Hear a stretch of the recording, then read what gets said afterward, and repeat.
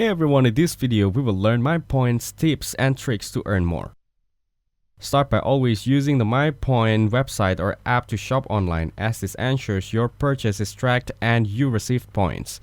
You can also activate in-store offers by linking your cart to Mypoints and shopping at participating stores with that cart.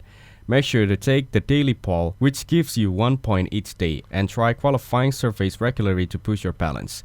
Keep an eye on your email for messages for Mypoints. Just clicking on certain emails can earn you points. If you have time, watching videos through Mypoints playlist can help you earn passively while doing other things.